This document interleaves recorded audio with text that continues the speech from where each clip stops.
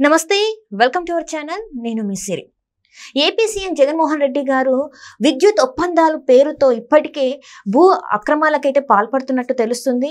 ఇందులో భాగంగా ఇప్పటికైతే 1.5 ఎకరాల భూ కబ్జాకైతే పాల్పడ్డారని తెలుస్తుంది. సో ఈ అంశాన్ని మనకు వివరించడానికి మనతో పాటు ఉన్నారు ప్రముఖ senior journalist political analyst CS Rao garu. నమస్కారం. నమస్తే సార్, ఇప్పుడు చూస్తుంటే ఏపీలో భూ అక్రమాలకి పాల్పడుతున్నట్టు మనకు వార్తలు వస్తున్నాయి. అంటే విద్యుత్ ఒప్పందాల మీద ఇది జరుగుతుందని చెప్పేసి వార్తలు వస్తున్నాయి. ఇందులో ఆల్రెడీ 1.5 ఎకరాలు కూడా భూ కబ్జాకి పాల్పడినట్టు తెలుస్తుంది. సో ఇందులో ఎంతవరకు వాస్తవం ఉంది, అసలు నిజంగా ఇది జరిగిందంటారు?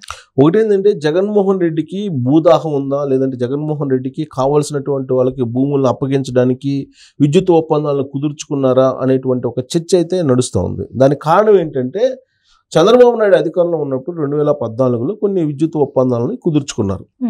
అప్పుడు కుదుర్చుకున్నటువంటి ఒప్పందాలని మళ్ళా వాటిని రీవర్క్ చేసి మళ్ళా తిరిగి ఒప్పందాలు కుదుర్చుకునేటువంటి ప్రయత్నం జగన్మోహన్ రెడ్డి చేశారు. చంద్రబాబు నాయుడు కుదుర్చుకున్నటువంటి ఒప్పందాల్లో అవకతవకలు జరిగాయి. దాదాపు 4,000 కోట్ల అవినీతి జరిగింది. 4,000 మెగావాట్లకు సంబంధించి ఒప్పందాలు కుదుర్చుకున్నారు. అంటే 4,000 కోట్ల అవినీతి జరిగింది అని చెప్పి ఆయన పెద్ద ఎత్తున అసెంబ్లీ లోపల అసెంబ్లీ బయట రకరకాలుగా ఆయన ఆరోపణలు చేశారు జగన్మోహన్ రెడ్డి.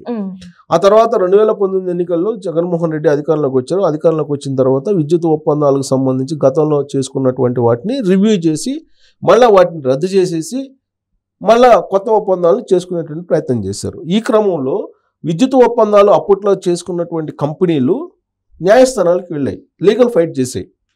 ఈ లీగల్ ఫైట్ చేసినటువంటి కారణంగా అప్పుడు కేంద్ర ప్రభుత్వం కూడా జోక్యం చేసుకొని అప్పుడు గతంలో చేసుకున్నటువంటి ఒప్పందాల ప్రకారం 2 సంవత్సరాల పాటు ఈ న్యాయస్థానాలకు మొత్తం న్యాయ పోరాటం జరిగింది.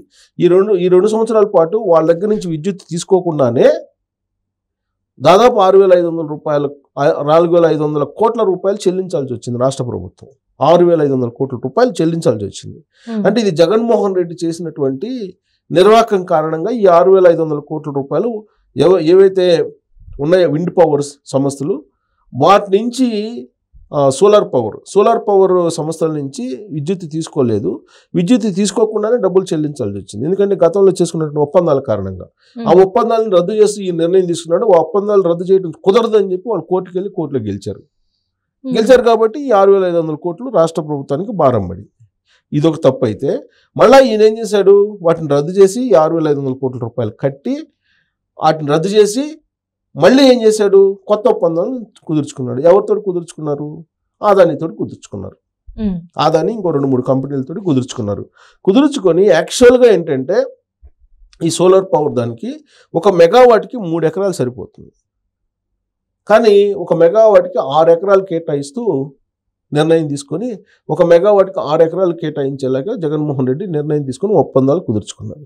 దీంతో భూముల్ని ఆయనకు కావాల్సినటువంటి కంపెనీలకి దారాదత్తం చేశారు. అంతేకాకుండా అప్పట్లో ఈయన కుదుర్చుకున్నటువంటి ఒప్పందాలు ఏ విధంగా ఉన్నాయంటే ఒక యూనిట్కి ₹2.45 ఇస్తూ ఉంటే ఈయన ₹2.45 49 ఈయన ఒప్పందం కుదుర్చుకుంటే బయట గుజరాత్లో అదే సమయంలో అదే కంపెనీలు ₹1.99 ఇవ్వడానికి అలాగే ₹2 ఇవ్వడానికి ఒప్పందాలు కుదుర్చుకున్నారు ఆ రాష్ట్ర సంస్థలు. అంటే ఆ రాష్ట్ర సంస్థలు ఏమో ₹1.99 లేదా ₹2 కుదుర్చుకుంటే యూనిట్కి, జగన్మోహన్ రెడ్డి మాత్రం ₹2.49 ఒప్పందం కుదుర్చుకొని 7,000 మెగావాట్ల విద్యుత్తుని తీసుకునేదానికి ఆదానితోటి ఒప్పందం కుదుర్చుకున్నారు.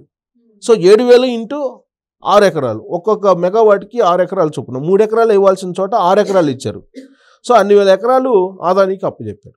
సో అంటే ఇంకా ఆయన భూములు ఏ విధంగా కేటాయించాడు అని అంటే మనం తీసుకుంటే ఆయన చేసినటువంటి విద్యుత్ ఒప్పందాల్లో ఉండే అవకతవకలు అటన్నిటిని తీసుకుంటే కనుక ఇష్టానుసారంగా భూములు కట్టబెట్టారు. భూములు ఇవ్వనటువంటి వాళ్ళ దగ్గర నుంచి లీజుకు తీసుకున్నారు. ఇట్లా రకరకాలుగా చేసి ఎన్ని ఎకరాలు ఎవరెవరికి కట్టబెట్టారు అనేది మనం ఒకసారి చూసుకుంటే కనుక సోలార్ ఇండు ప్రాజెక్టులు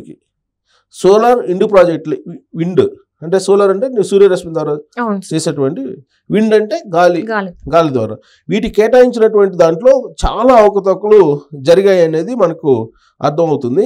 దీంట్లో మనం ఇంపార్టెంట్ కనుక చూసుకుంటే 7,000 మెగావాట్ల సోలార్ విద్యుత్ విద్యుత్ కోసం ఆదానితోటి ఒప్పందాలు కుదుర్చుకున్నారు. సో రాజస్థాన్ నుంచి solar energy corporation of India ద్వారా కొనుగోలుకి 2020లో డిసెంబర్లో జగన్మోహన్ రెడ్డి ఒప్పందం కుదుర్చుకున్నాడు.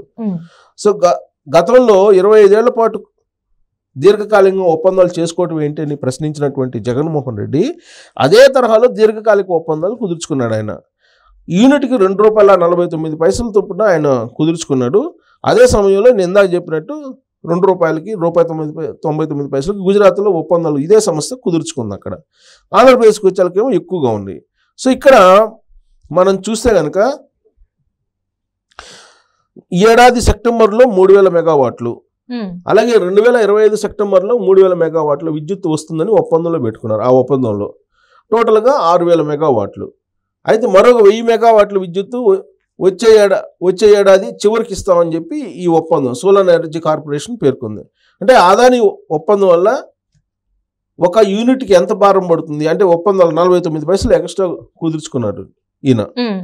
ఇప్పుడు ఈ ఒప్పందం ప్రకారం ఆదాని కంపెనీ సరఫరా చేసిందానంటే సరఫరా చేయలేదు ఇంతవరకు. ఇదొక అవతాక. ఇదంతా ఇలా ఉంటే ఎవరైతే ఇంధన రంగంలో తన వాళ్ళు ఉన్నారో వాళ్ళకి భూములు కట్టబెట్టారు. ఏంటి భూముల కేటాయింపులు?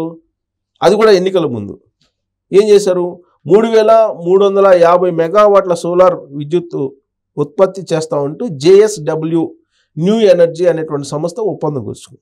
దానికి 20,100 ఎకరాలు కట్టబెట్టాడు జగన్మోహన్ రెడ్డి. తర్వాత aqua green energy management private లిమిటెడ్కి 1000 మెగావాట్లు మేము తయారు చేస్తామని ఒప్పందం కుదుర్చుకుంటే దానికి 6000 ఎకరాలు కేటాయించారు. తర్వాత జగన్కి అత్యంత సన్నిహితుడు విశ్వేశ్వరరెడ్డికి చెందినటువంటి ఇండోసోల్, ఈ ఇండోసోల్ పవర్కి కేటాయించినటువంటి భూములు 10,500 ఎకరాలు.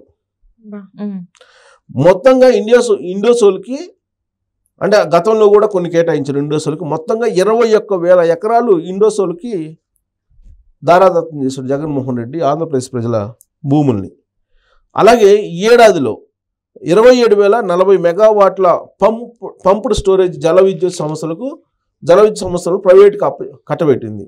రాష్ట్ర స్థాయిలో 1 మెగావాట్కు 6 ఎకరాల చొప్పున ఇవ్వాలి. 1 మెగావాట్కు 6 ఎకరాల చొప్పున ఇస్తూ 2040 మెగావాట్ల సామర్థ్యానికి 1,62,240 ఎకరాలు కట్టబెట్టడానికి సిద్ధమైంది. ఇది అంటే మొత్తం ఈ పంప్డ్ స్టోరేజ్ జల విద్యుత్ సంస్థలకి మొత్తం కలిపి 1,62,240 ఎకరాలను కట్టబెట్టడానికి జగన్మోహన్ రెడ్డి సర్కార్ సిద్ధమైంది. దీంట్లో ఆల్రెడీ 52,250 ఎకరాలు కేటాయిస్తూ ఉత్తర్వులు కూడా జారీ చేశారు. మిగతా కేటాయించవలసింది మిగిలినట్టు భూములు సమీకరించలేకపోతుంది. దాన్ని రాబోయేటువంటి రోజుల్లో సమీకరించాలి అనే ప్రయత్నం చేస్తూ ఒరిజినల్ డాక్యుమెంట్లని తీసుకునేటువంటి ప్రయత్నం జగన్మోహన్ రెడ్డి చేస్తున్నాడు. దాదాపు 1,50,000 ఎకరాలు కాదు 1,62,000 ఎకరాలు ఇవ్వడానికి సిద్ధపడ్డటువంటి జగన్మోహన్ రెడ్డి ప్రభుత్వం ఆల్రెడీ ఒప్పందాలు కూల్చుకుని ఆల్రెడీ 52,000 ఎకరాలు ఇచ్చేసింది. మిగతా ఇవ్వబోతుంది. మీరు మళ్ళీ కనుక జగన్మోహన్ రెడ్డికి ఓటేసి గెలిపిస్తే ఒరిజినల్ డాక్యుమెంట్లు తీసుకొని ఈ 1,62,000 ఎకరాలు ఖచ్చితంగా మీ దగ్గర తీసుకొని రైతుల దగ్గర ఆ ప్రైవేట్ సంస్థలకి అప్పచెప్తారు అనేది ఆ జీవోల్లో 1,62,000 ఎకరాలు ఇస్తానని చెప్పి ఒప్పుకున్నారు కదా, దాంట్లో ఉంది. ఇవ్వాలంటే ఒరిజినల్ డాక్యుమెంట్స్ తీసుకోవాలి. అందుకే ఒరిజినల్ డాక్యుమెంట్లు ఏపీ జనం నుంచి కలెక్ట్ చేసుకునే ప్రయత్నం ఇప్పుడు జగన్మోహన్ రెడ్డి ప్రభుత్వం చేస్తూ ఉంది. సో రాబోయేటువంటి రోజుల్లో ఈ భూదాహం భూదోపిడి మరింత ఎక్కువయ్యేటువంటి అవకాశం ఉంది. ఇక వాళ్ళ ఇష్టం, ఏపీ ప్రజలు ఏపీ ఓటర్ల ఇష్టం.